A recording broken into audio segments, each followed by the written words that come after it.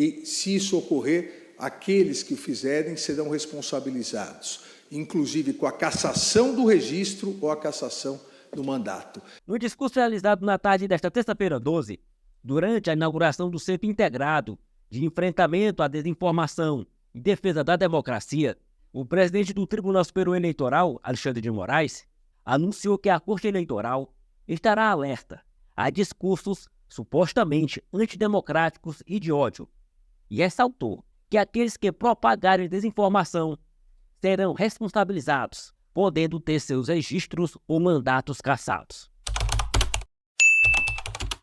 Olá, eu sou Ricardo Reimann e seja bem-vindo ao canal Simplesmente Fatos. Alguns senadores, como Eduardo Girão, têm corajosamente criticado as decisões do presidente da Corte, ministro Alexandre de Moraes, considerando-as controversas. Além disso, o senador Exalci Lucas também expressou sua discordância em relação à resolução do TSE, que amplia a responsabilização das plataformas por conteúdos considerados ilícitos pelo TSE. Confira os vídeos. Esse centro vai atuar em conjunto com esses órgãos, com o Ministério da Justiça e Segurança Pública, que indicará dois representantes do Ministério para que atuem aqui perante o órgão, com a Procuradoria-Geral da República, com o Conselho Federal da Ordem dos Advogados do Brasil e com a Anatel, para que nós possamos, em primeiro lugar, nós possamos efetivar o cumprimento das resoluções recentemente editadas pelo Tribunal Superior Eleitoral, de relatoria da ministra Carmen Lúcia. O Tribunal Superior Eleitoral ele tem a missão de garantir a liberdade na hora da escolha da eleitora e do eleitor. E essa liberdade já há algum tempo, já desde as eleições de 2018, passando pelas de 2020, 2022 e agora, nas próximas eleições em 2024, essa vontade vem sendo atacada de forma virtual, por milícias digitais que, se aproveitando de notícias fraudulentas, de fake news, pretendem capturar a vontade do eleitor na hora do seu voto. Pretende desvirtuar a verdade, desvirtuar o mercado livre de ideias com falsidades, com mentiras, com desinformação, discurso de ódio, discurso antidemocrático. Nós vamos ter uma rede de 27 TREs em comunicação online e 24 horas por dia com o CIED para garantir a liberdade do eleitor na hora de votar, para garantir que as fake news e principalmente o mau uso da inteligência artificial, as fake news e as deepfakes, possam ser combatidas nessas eleições. A Justiça Eleitoral não vai admitir discurso antidemocrático, a Justiça Eleitoral não irá admitir discurso de ódio, não irá admitir deepfake, as notícias fraudulentas, e, se isso ocorrer, aqueles que o fizerem serão responsabilizados, inclusive com a cassação do registro ou a cassação do mandato. Senhor presidente, nesse dia de hoje, dia 12 de março, estão previstos 11,8 B de bola e de índio, senador Lucas Barreto, bilhões de reais para a Justiça Eleitoral, sendo que mais 3 bilhões de reais são apenas para despesas do TSE.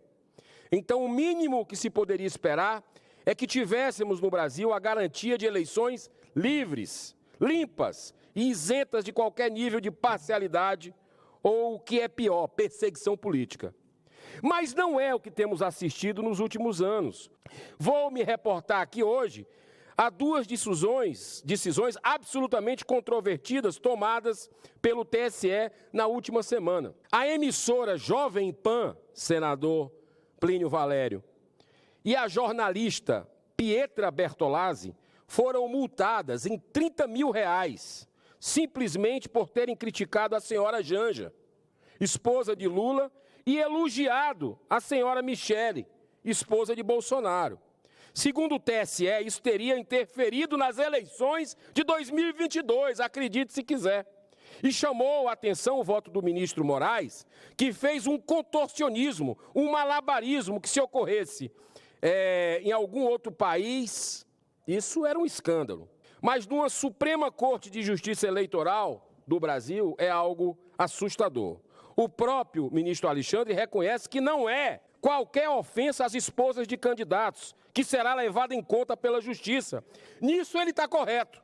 O Brasil tem quase 60 mil vereadores, mais de 5 mil prefeitos e mais de 1.000 deputados nas eleições de 2022 e foram mais de 500 mil candidatos em todo o Brasil, ou seja, foi aberta uma super exceção para o caso da esposa do então candidato Lula. Parece que é diferente, parece que tem privilégio. Em seu voto contorcionista, o ministro usa os seguintes termos, abro aspas, uma degradação, gente fingindo ser jornalista com discurso de ódio. Outra frase dele, uma campanha negativa, descarada ao ofender a Janja. Outra frase do ministro Moraes, uma preferência sobre pauta de costumes envolvendo drogas e orientação sexual.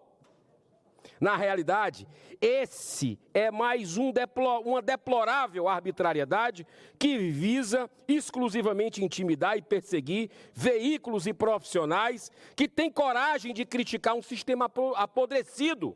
Só o Senado, senador Plínio Valério, tem o poder constitucional de enfrentar os abusos cometidos por alguns ministros do STF, que também respondem pelo TSE.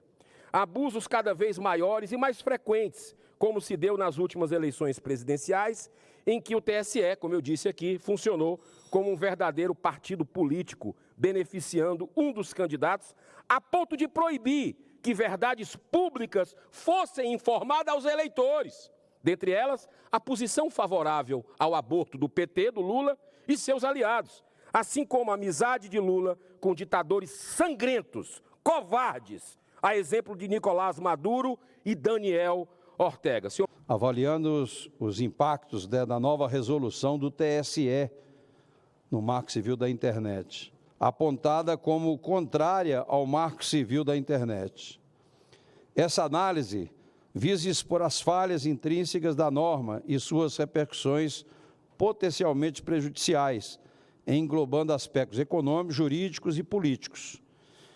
Inicialmente, é imperativo destacar a controvérsia em torno do artigo 9E da mencionada resolução. Este estabelece a responsabilidade solidária das plataformas digitais na pronta remoção de conteúdos especificados sem a necessidade de notificação por usuários ou ordem judicial prévia.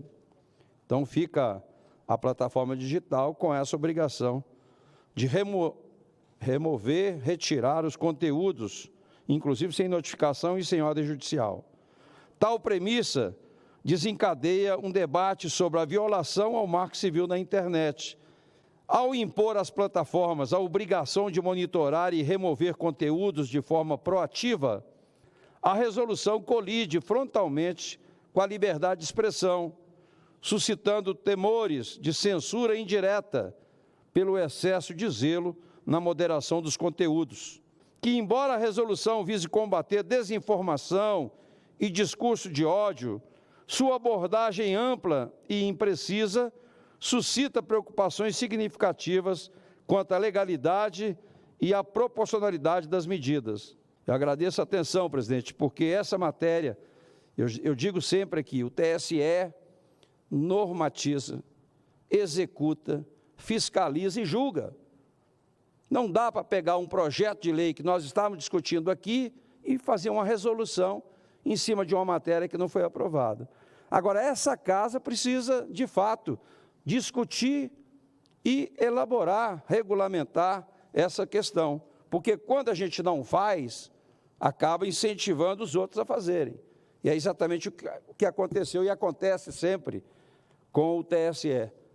Então, nós precisamos agirmos urgentemente para que não aconteça o que está na resolução, colocando as plataformas como órgão de censura. Elas é que vão, pela norma do TSE, dizer se o conteúdo é ou não é, tirar ou não o conteúdo sem autorização judicial. Então, não dá para brincar com isso, né? Eu tenho as minhas ressalvas, sim, como auditor, como contador, né? Não estou convencido. E não é o fato de não estar convencido que eu não posso dizer que eu desconfio, sim, né? Porque há vários elementos, vários indícios da forma, inclusive, como o TSE trata as eleições. A gente não pode se omitir e depois ficar reclamando de que realmente o TSE ou o Supremo está invadindo as nossas prerrogativas. Diante desses acontecimentos, fica a pergunta: qual é a intenção do TSE ao tomar essas medidas? O debate em torno desse tema se torna cada vez mais relevante e é importante compreender as motivações e possíveis consequências dessas ações tomadas pelo presidente do TSE. Muito bem, não deixe de se inscrever no canal para receber mais conteúdos relevantes como esse. Clique no botão de inscrição e ative o sininho de notificações para ficar por dentro de todas as atualizações. Sua participação é fundamental para fortalecer nossa comunidade e continuar trazendo discussões importantes. Conto com você.